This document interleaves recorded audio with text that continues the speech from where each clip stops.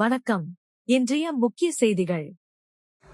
புதுச்சேரியில் உள்ள 3 ஓட்டு எண்ணும் மையங்களில் மாவட்ட தேர்தல் அதிகாரியான கலெக்டர் குலோத்துங்கன் ஆய்வு மேற்கொண்டார். புதுச்சேரி சட்டசபை தேர்தலுக்கான ஓட்டுப்பதிவு கடந்த 9ஆம் தேதி நடைபெற்றது. புதுச்சேரி பிராந்தியத்தின் 23 தொகுதிகளில் ஓட்டுப்பதிவு செய்யப்பட்ட மின்னணு ஓட்டுப்பதிவு இயந்திரங்கள் மற்றும் VVPAD இயந்திரங்கள் லாஸ்பேட்டை மகளிர் பொறியியல் கல்லூரி, மோத்திலால் நேரு அரசு தொழில்நுட்ப கல்லூரி மற்றும் தாகூர் அரசு கலை மற்றும் அறிவியல் கல்லூரி ஆகிய 3 ஓட்டு எண்ணும் மையங்களில் 3 அடுக்கு பாதுகாப்பில் வைக்கப்பட்டுள்ளன. வருகின்ற 4ஆம் தேதி ஓட்டு எண்ணிக்கை நடக்கவுள்ளது. இதனையொட்டி பாதுகாப்பு முன்னேற்பாடுகள் மற்றும் வசதிகள் குறித்து மாவட்ட தேர்தல் அதிகாரியான கலெக்டர் குலோத்துங்கன் ஆய்வு செய்தார். தேர்தல் முடிவுகளை உடனுக்குடன் பொதுமக்களுக்கு தெரிவிக்க ஏதுவாக உரிய வசதிகளுடன் கூடிய ஊடக மையம் அமைப்பது குறித்து ஆய்வு செய்யப்பட்டது.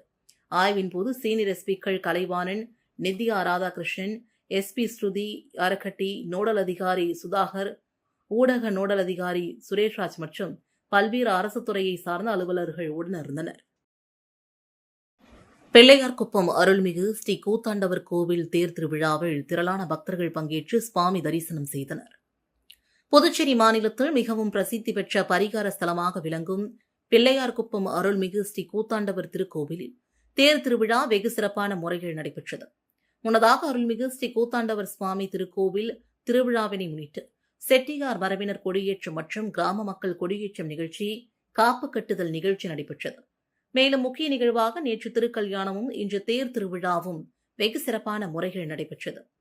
தேர் திருவிழாவில் துணை மாவட்ட ஆட்சியர் குமரன், தாசில்தார் சந்தோஷ்குமார் ஆகியோர் கலந்து கொண்டு தேரை வடம் பிடித்து இழுத்து தேரோட்டத்தினை தொடங்கி வைத்தனர். விழாவில் புதுச்சேரி, தமிழகம் மற்றும் பல்வேறு மாநிலங்களில் இருந்து ஆயிரக்கணக்கான திருநங்கைகள் மற்றும் பொதுமக்கள் கலந்து கொண்டு சுவாமி தரிசனம் செய்தனர். பாவேந்தர் பாரதிதாசன் பிறந்தநாளையொட்டி அவரது சிலைக்கு ஆளுநர் கைலாசநாதன், அமைச்சர் லட்சுமி நாராயணன் உட்பட பலரும் மாலை அணிவித்து மரியாதை செலுத்தினார்கள். பாவேந்தர் பாரதிதாசன் பிறந்தநாள் புதுச்சேரி அரசு சார்பில் இன்று கொண்டாடப்பட்டது.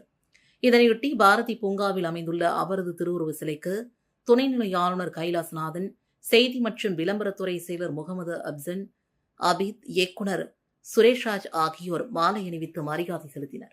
அதனைத் தொடர்ந்து அமைச்சர் லட்சுமி நாராயணன், துணை சபாநாயகர் ராஜவேலு, சட்டமன்ற உறுப்பினர் பாஸ்கர் என்கின்ற தக்ஷாமூர்த்தி ஆகியோர் மாலை அணிவித்து மரியாதை செலுத்தினார்கள்.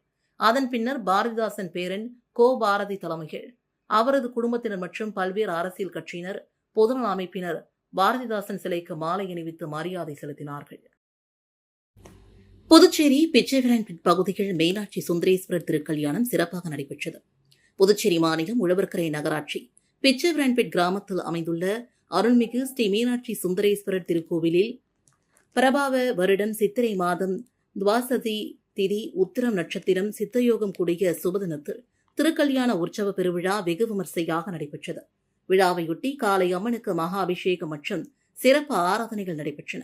பின்னர் அம்மனுக்கு சந்தன காப்பு அலங்காரம் செய்து பக்தர்கள் தரிசனத்திற்கு அருள் பாலித்தார். இதனைத் தொடர்ந்து ஸ்ரீ பல்லமுடையான் அய்யனரப்பன் சுவாமி ஆலயத்திலிருந்து தட்டு வரிசையுடன் மாப்பிள்ளை அழைப்பு நிகழ்ச்சி நடைபெற்றது. அதன்பின் மாலை மாற்றுதல், பூப்பந்து, பத்தி உலா போன்ற பாரம்பரிய நிகழ்ச்சிகள் நடைபெற்றன. பின்னர் திருமாங்கல்ய தாரணம் மற்றும் தீபாரதனை நடைபெற்றது. இந்த நிகழ்ச்சியில் திரளான பக்தர்கள் மற்றும் கிராம பொதுமக்கள் கலந்து கொண்டனர்.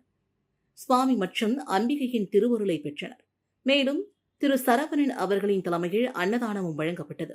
சமபந்தி அறுசுவை விருந்து நிகழ்ச்சியும் சிறப்பாக நடைபெற்றது. இந்த விழாவிற்கான அனைத்து ஏற்பாடுகளையும் பிச்சைவரன்பேட் கிராம மக்கள் ஒருங்கிணைந்து சிறப்பாக செய்திருந்தனர். புதுச்சேரி புதிய பேருந்து நிலையத்தில் போக்குவரத்து SP ரச்சனா சிங் தலைமையிலான போலீசார் பேருந்து டிரைவர் மது குடித்துள்ளாரா என்று கருவி மூலமாக சோதனை செய்தனர். மேலும் அதிக ஒலி எழுப்பும் 15 ஏர் ஹாரன்களை பறிமுதல் செய்தனர். புதுச்சேரியில் பேருந்துகளில் அதிக ஒலி எழுப்பும் ஏர் ஹாரன்கள் பயன்படுத்தி அதிவேகத்தில் ஓட்டி செல்வதாகவும் டிரைவர்கள் குடித்துவிட்டு ஓட்டுவதாகவும் போக்குவரத்து போலீசாருக்கு புகார் வந்தது. இதனையடுத்து பேருந்து உரிமையாளர்களை போக்குவரத்து போலீசார் அழைத்து கூட்டம் நடத்தினர். ஏர் ஹாரன்கள் பொருத்தக்கூடாது, டிரைவர்கள் குடித்துவிட்டு பேருந்துகளை ஓட்ட அனுமதிக்கக்கூடாது, இல்லாவிட்டால் உரிய நடவடிக்கை எடுக்கப்படும் என்று போலீசார் எச்சரிக்கை விடுத்தனர். ஆனால் இதனை சிலர் சரிவர கடைபிடிக்கவில்லை என்று புகார் வந்தது. இதனையடுத்து போக்குவரத்து SP ரச்சனா சிங் தலைமையில் போக்குவரத்து இன்ஸ்பெக்டர் வெங்கடாச்சலபதி மற்றும் போலீசார் புதுச்சேரி புதிய பேருந்து நிலையத்தில் பேருந்துகளில் அதிரடி சோதனை மேற்கொண்டனர். மாலை 6 மணிக்கு தொடங்கி இரவு 9 மணி வரை இந்த சோதனை நடத்தப்பட்டது. அப்போது புதுச்சேரியிலிருந்து மதகடிப்பட்டு மற்றும் கன்னிக்கோவிலுக்கு செல்லும் தனியார் பேருந்து டிரைவரை அதற்குரிய கருவி மூலமாக சோதனையிட்டதில் அவர் மது குடித்து இருந்ததும் தெரிய வந்தது. இதனையடுத்து அவரை கீழே இறக்கி அவர் மீது போலீசார் வழக்கு பதிவு செய்தனர். மேலும் தமிழக அரசு பேருந்துகள் மற்றும் 14 தனியார் பேருந்துகளில் தடையை மீறி அதிக ஒலி எழுப்பும் ஏர் ஆரன்கள் பயன்படுத்தப்பட்டு இருந்ததை கண்டுபிடித்தனர். அவற்றை போலீசார் கைப்பற்றினர். மேலும் இது தொடர்பாக வழக்கு பதிந்து தலா ரூபாய் 1000 வீதம் 15 பேருந்துகளுக்கு மொத்தம் ரூபாய் 15,000 அபராதம் விதித்தனர். அதேபோல விதிமீறல்களில் ஈடுபடுபவர்கள் மீது தொடர் நடவடிக்கை எடுக்கப்படும் என்றும் போலீசார் தெரிவித்தனர். புதுச்சேரி பிள்ளையார்குப்பம் கூத்தாண்டவர் கோவிலில் நடைபெற்ற அழகு போட்டிகள் நூற்றுக்கணக்கான திருநங்கைகள் கலந்து கொண்டு வண்ண ஆடைகள் அணிந்து ஒய்யாரமாக நடந்து பார்வையாளர்களை அசத்தினர். புதுச்சேரி வில்லியனூர் அடுத்த பிள்ளையார்குப்பம் கிராமத்தில் புகழ்வாய்ந்த கூத்தாண்டவர் கோவில் உள்ளது. இக்கோவிலில் சித்திரை திருவிழா கடந்த 21ஆம் தேதி மீனாட்சி அம்மனுக்கு சாகை வார்த்தல், ஊரணி பொங்கல் மற்றும் கொடியேற்றத்துடன் தொடங்கியது. தொடர்ந்து சுவாமிக்கு சிறப்பு அபிஷேகமும் மற்றும் இரவு நேரங்களில் தீபாராதனையும் நடைபெற்றது. இந்த விழாவில் தமிழகத்தின் அனைத்து மாவட்டங்கள் மட்டுமின்றி இந்தியாவில் பல்வேறு மாநிலங்களில் இருந்தும் வெளிநாடுகளில் இருந்தும் நூற்றுக்கணக்கான திருநங்கைகள் கலந்து கொண்டனர். மேலும் இவர்களை மகிழ்விக்கும் வகையில் உற்சாகப்படுத்தும் விதமாக பல்வேறு நடன நிகழ்ச்சிகள், கிராமிய பண்பாட்டு கலை நிகழ்ச்சிகள் மற்றும் அழகி போட்டிகள் நடத்தப்பட்டது. இதில் திரளான திருநங்கைகள் உற்சாகமாக நடனமாடி தங்கள் மகிழ்ச்சியை வெளிப்படுத்தினார்கள். தொடர்ந்து நடைபெற்ற திருநங்கைகளுக்கான மிஸ் பிள்ளையார்குப்பம் மற்றும் மிஸ் திருநங்கை அழகி போட்டிகள் நடத்தப்பட்டது. இதில் திரளான திருநங்கைகள் கலந்து கொண்டு வண்ண ஆடைகள் அணிந்து ஒய்யாரமாக நடந்து பார்வையாளர்களை கிறங்கடித்தனர்.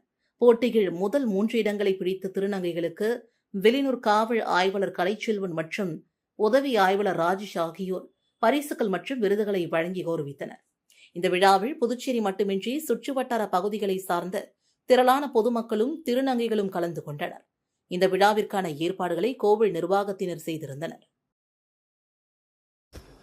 பாரதி பூங்காவில் சேதமடைந்து கிடக்கும் செயற்கை குன்றை சீரமைக்க வேண்டும் என்று பொதுமக்கள் கோரிக்கை விடுத்துள்ளனர். புதுச்சேரியின் சுற்றுலா தலத்தில் முக்கியத்துவம் வாய்ந்ததாக பாரதி பூங்கா உள்ளது.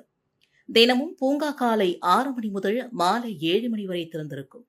இந்த பூங்கா புதுச்சேரி நகராட்சி சார்பில் பராமரிக்கப்பட்டு வருகிறது.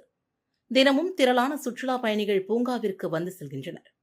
வார விடுமுறை நாட்களில் உள்ளூர் மக்கள் தங்கள் பிள்ளைகளுடன் வந்து பொழுதுபோக்கும் இடமாக பயன்படுத்துகின்றனர். சிறுவர்கள் விளையாடுவதற்கு ஊஞ்சல், சீசா, சறுக்கு போன்ற விளையாட்டு உபகரணங்கள் அமைக்கப்பட்டுள்ளது. மேலும் சிறுவர்கள் விளையாடி மகிழ அங்கு ஒரு செயற்கை குன்று அமைக்கப்பட்டது.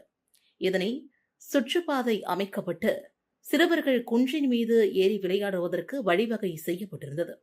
இவற்றின் மீது சிறுவர்கள் ஏறி இறங்கும் பொழுது ஒரு மலை மீது ஏறி இறங்கிய உணர்வு கிடைக்கும் என்பதால் இதற்காகவே திரளான சிறுவர்கள் பூங்காவிற்கு வருவது வழக்கம். இந்நிலையில் இந்த செயற்கை குன்றை நாளடைவில் பராமரிக்காததால் அவை சேதமடைந்துவிட்டது. இதனால் குன்றின் மீது ஏறும் நடைபாதை சரிந்தும் அவற்றின் மீது போடப்பட்டிருந்த தரைகள் பெயர்ந்தும் காணப்படுகிறது. மேலும் குன்றின் மீது வளர்க்கப்பட்ட தாவரங்கள் இந்த வெயிலுக்கு காய்ந்து இருக்கும் நிலை ஏற்பட்டிருக்கிறது. தற்போது அந்த செயற்கை குன்று பாதுகாப்பானதாக இல்லாத போதும் சிறுவர்கள் கீழே விழுந்துடுவோம் என்ற ஆபத்தை உணராமல் அந்த குன்றின் மீது ஏறி விளையாடி வருகின்றனர். எனவே நகராட்சி நிர்வாகம் இந்த செயற்கை குன்றை சீரமைக்க வேண்டும் என்று பொதுமக்கள் கோரிக்கை விடுத்திருக்கின்றனர்.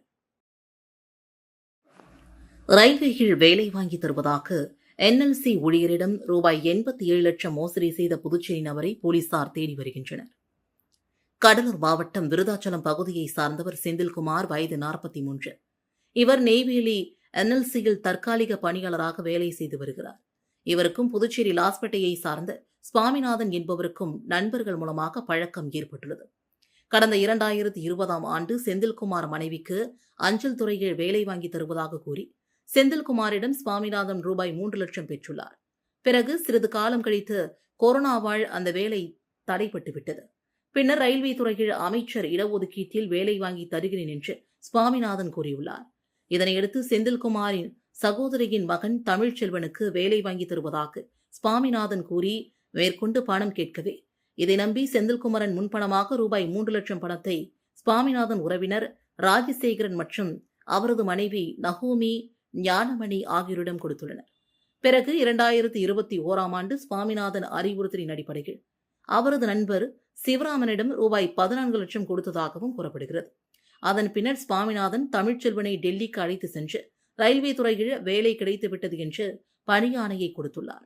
இதனால் வேலை கிடைத்துவிட்டது என்று செந்தில்குமார் மகிழ்ச்சி அடைந்தார். பிறகு அவர் தன்னுடைய நண்பர், மகன்கள், உறவினர்கள் என மேலும் 4 பேருக்கு வேலை கொடுக்குமாறு கேட்டுள்ளார். இதற்காக அவர்களிடமிருந்து ரூபாய் 64 லட்சம் சுவாமிநாதன் பெற்றுள்ளார்.